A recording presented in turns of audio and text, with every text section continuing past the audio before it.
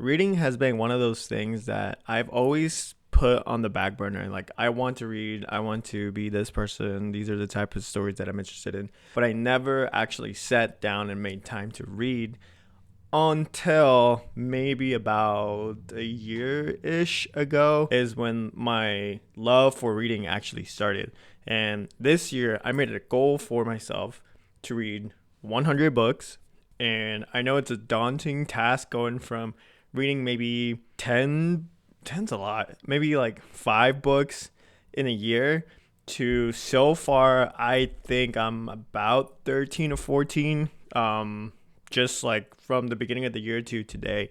That includes books that I wanted to pick up that have been on my TBR, books that have been part of our book club between friends that we have, and things that I've been recommended as well. So today I want to go over 5 books that I thoroughly enjoyed from fiction, dark academia, fantasy, and sci-fi. I want to go over 5 books that have definitely grown my love for reading, and have even like made me want to start a reading commonplace journal. And I made a video on that previously. You can check it out here. Today we're just going to talk about these 5 books that I love, that if you're in a reading slump or you're trying to break into the habit of being a more avid reader, I feel like these books are definitely going to help you do that. So let's get into that. All right, so the first book that I want to talk to you guys about, and this is a book that I think I started reading around like August, September, October time. And I picked it up, I took it around with me, and I could just not make the time to start reading this. But one day I just told myself, like, you have to sit down for 20 minutes and you need to read this. And from there on, it kind of started to snowball even more. And that book is Dark Matter by Blake Crouch. I feel like this book is a very easy read. It was really easy to digest, and without throwing me into like a world of fantasy and like world building and all of these things. It's a setting based in Chicago, and you follow this guy who has been sort of like kidnapped from his timeline, and he's trying to make his way back to his family, and these other things kind of just like start happening. He starts figuring out, who brought him here, why he's here, and living sort of like an alternate timeline from his perspective, like him as the character. I don't want to go into like spoilers or anything like that, but this book was very interesting. Some of the themes in here are like very real, like they're very suspenseful. It's not scary, or there's nothing scary about it. It's just pure sci-fi, but it's really cool. It's really interesting. There's a lot of twists and turns, and I think this book, for the size, it's super digestible. Blake Crouch is a great writer. From this one book that I read from him, I do have Recursion upstairs that I want to dive in here in like the next couple of weeks or so. I feel like this one really brought me into the world of sci-fi. This was, I believe, my first sci-fi book as well. So I think it's very digestible. It's very enjoyable. There is a TV show. There's this thing that I can't take off on Apple TV. I did take a look at that after I read it. Literally the same day, once I finished this, I put it on the shelf, and then I went to go watch the show. I started like a free trial membership for Apple TV. The show is not that complex in terms when you put it in comparison to the book, is what I would say. I felt that it was very slow. I feel like it wasn't as suspenseful, and the world that I was building in my head was way more dynamic from the book, at least for me. And I feel like this book is a great pickup. Definitely would recommend if you're in a reading slump, you're into sci-fi, you like Chicago, you're into like weird alternate timelines, and trying to figure out how to come back. This is really great. This next book is from an author that I was very intimidated by, just because of everything that I've heard of from people who have read her books.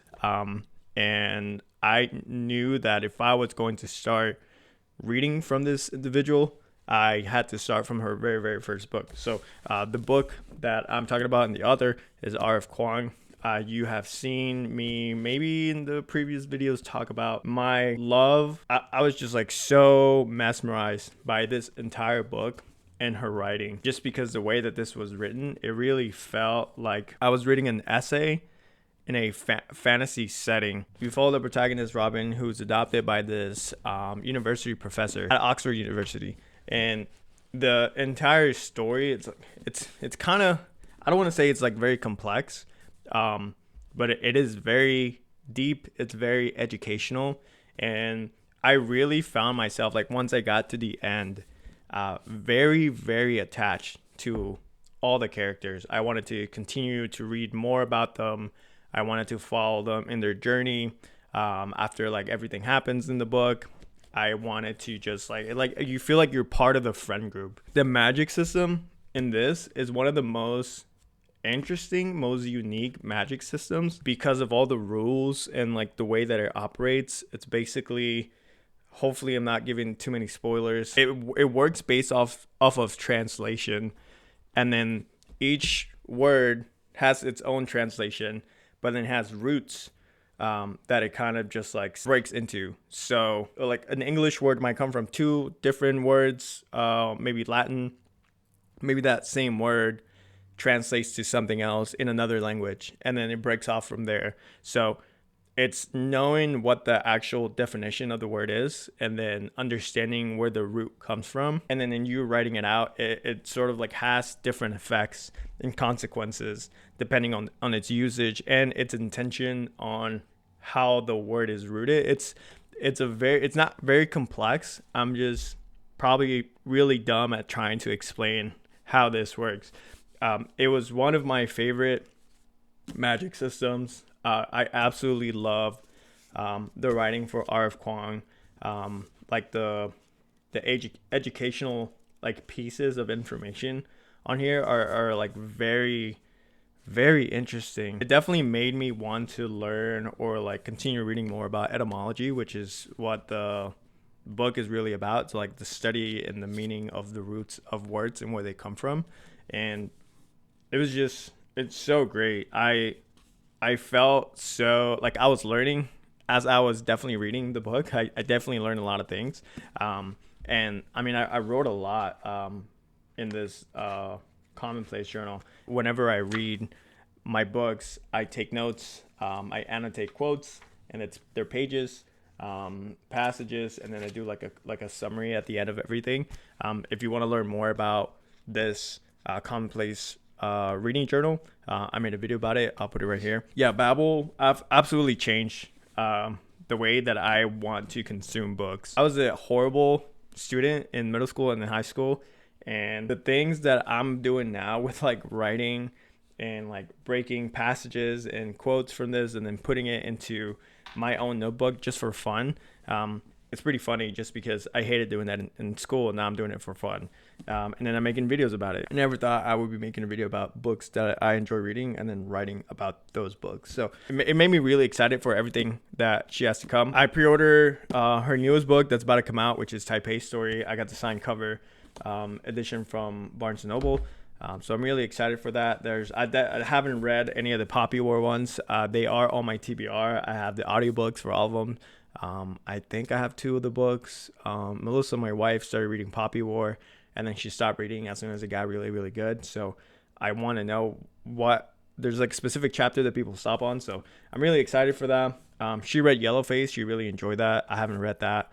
And then obviously Calabasas. I really want to read Calabasas. It's really along the lines of something that I would thoroughly enjoy. And at the same time, it seems very challenging.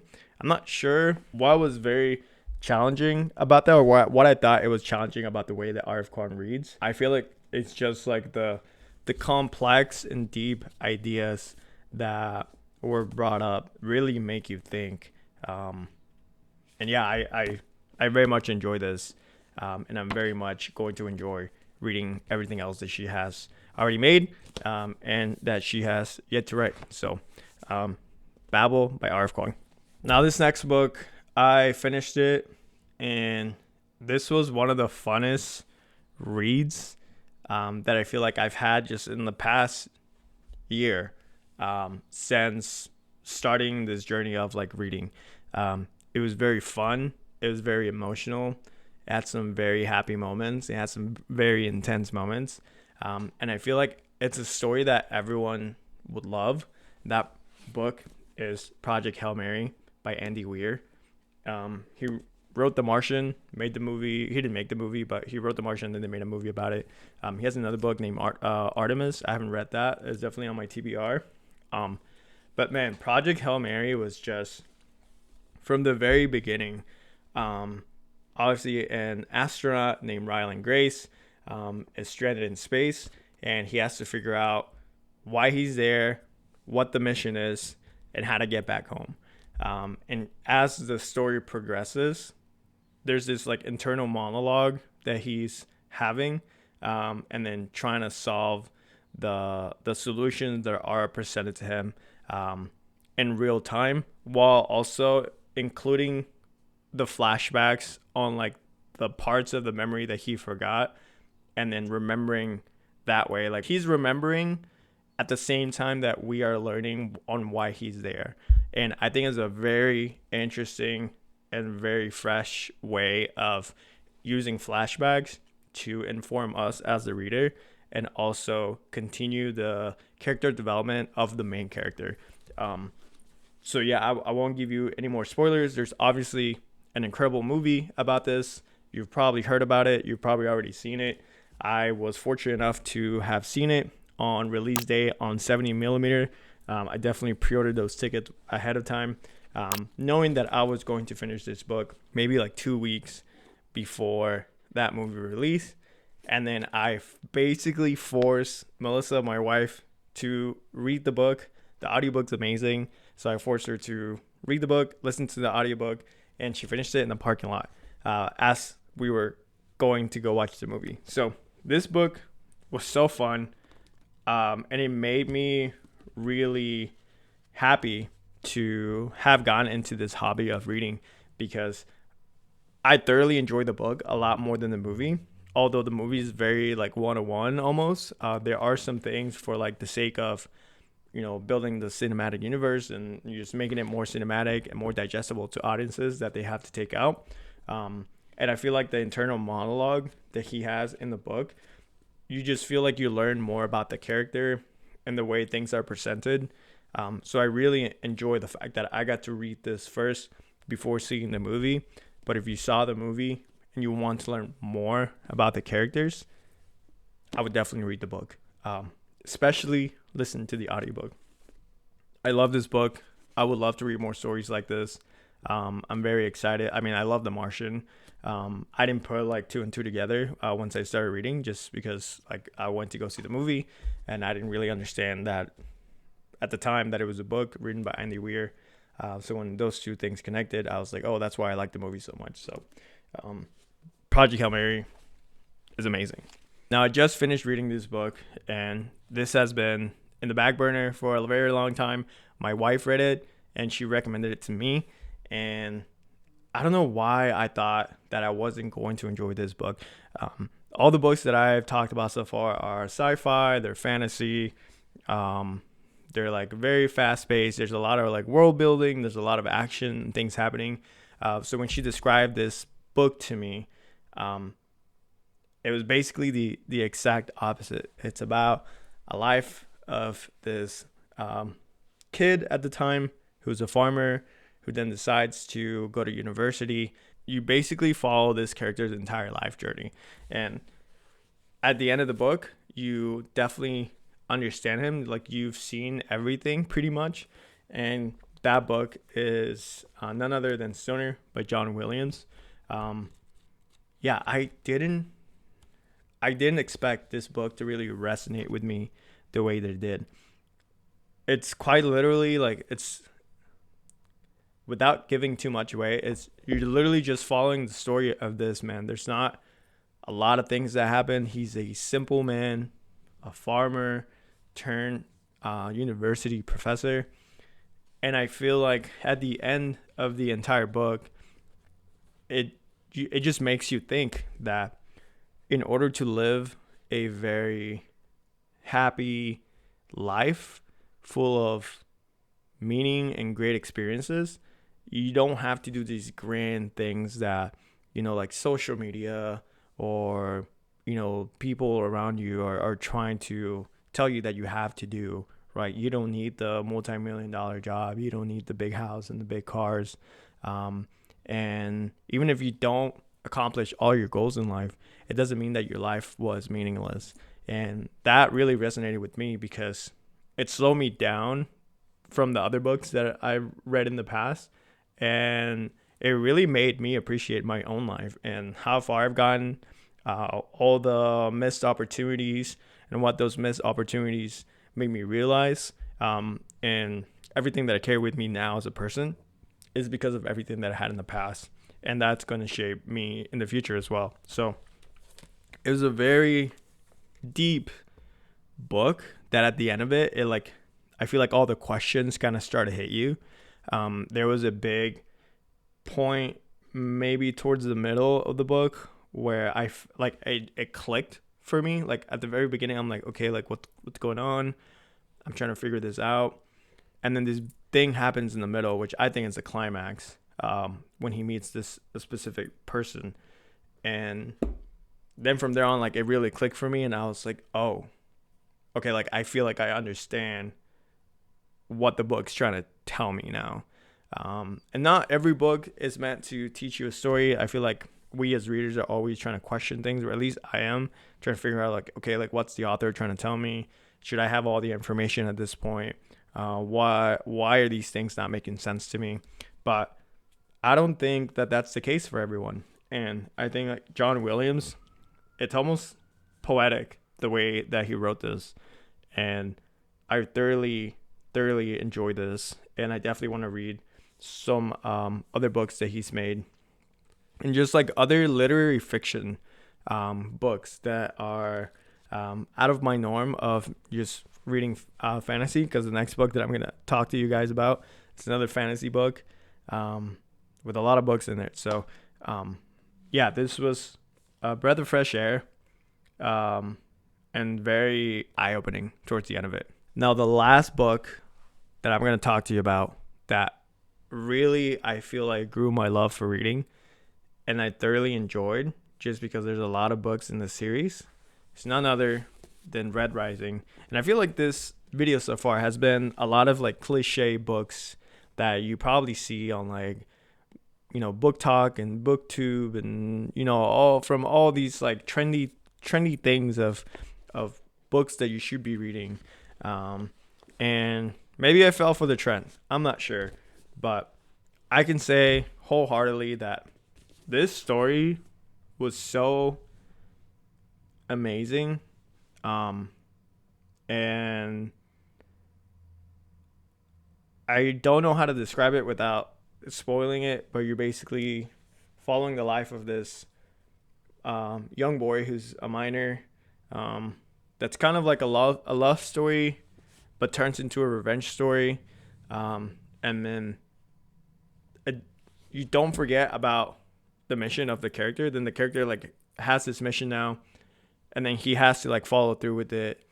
But then there's just so many moving parts towards the end of it, at least towards the end of book 3. So the series is split into 3.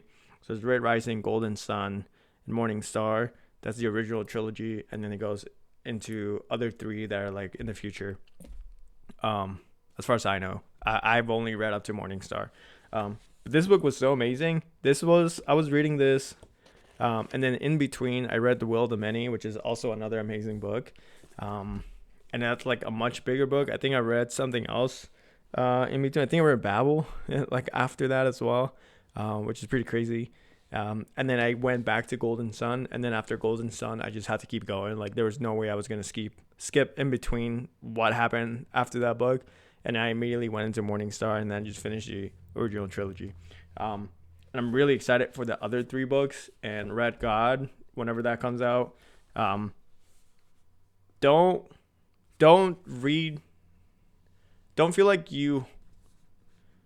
because a book is trendy that you shouldn't read it because everyone else is reading it. I feel like if you're interested in the synopsis and the story, definitely look into like what the book's about. Because I feel like with all of these, I feel like I had that same hesitation. Like, oh my God, like everyone's reading this book. I don't really want to follow the trend. But if the book is good, the book is good. And I much rather follow the trend of reading a book that's popular than like watching a TV show at this point. At least just with like my love for reading as a whole. So yeah, these books have really broken any slump, any reading limitations that I thought I had on myself, from like very challenging books, or so I thought of, to very slow paced books, very action heavy books. Like Red Rising is a very action heavy book. It's very digestible. It's a very fast read. And then going to something like Will of the Many, which is like not as fast. Definitely a lot bigger and deeper in terms of like storytelling and like world building. Then going to something like Babel, which is very, very deep, very integrated into the story with a really interesting magic system. I'm just all over the place. And I feel like that's the benefit that I feel like that's what's benefited me from continuing to grow into reading, is that I'm not scared to jump genres and experiment and experience different types of reading and authors. Yes, I read a lot of fantasy. Yes, I read a lot of sci-fi, but I think going into something like Stoner and Babel, who, Babel is kind of like sci-fi as well, dark academia, but it's very historical. And even that taught me a lot. And I feel like it opened a lot of doors for me to be open to the idea to reading other books. I got, East of Eden lined up upstairs. Got some other NYRB books that Melissa has upstairs that I'm really interested in. And yeah, I'm just like so excited to continue my journey of reading 100 books by the end of the year. I believe I'll show you a photo of where we're at right now. Pretty much do believe that we are 14, maybe 15, I want to say. I am currently reading Strength of the Few. Again, just jumping back because I read Will of the Many like so many months back already. It's still fresh enough in my mind where I can pick up the story and continue reading that before the third book is announced and comes out. I don't think it's coming out this year, maybe sometime next year. But there are a lot of other books that I want to read, Brandon Sanderson books. Like the Mistborn trilogy, I didn't mention it, but it's like probably one of the best trilogies I've ever read. The magic system's amazing. There's a lot of things going on, but if you watch anime, you're probably used to it, just because it's so flashy, it's so fast, and the characters and the world building are just like top tier. So that's another series that I didn't mention in this video, because I read those books maybe sometime early last year. But I feel like these really just like gave me enough fuel to keep going for months to come. So I'm definitely going to continue making these types of videos and kind of just updating you guys on the books that I'm reading, that have read. They are going to continue making their way into this. And as this evolves and continues to grow, I'll make more videos on this, and anything else stationery related that is helping me. I got a cool other ideas that I'm working with. In the meantime, I'll leave you with this, and I'll catch you later. Peace.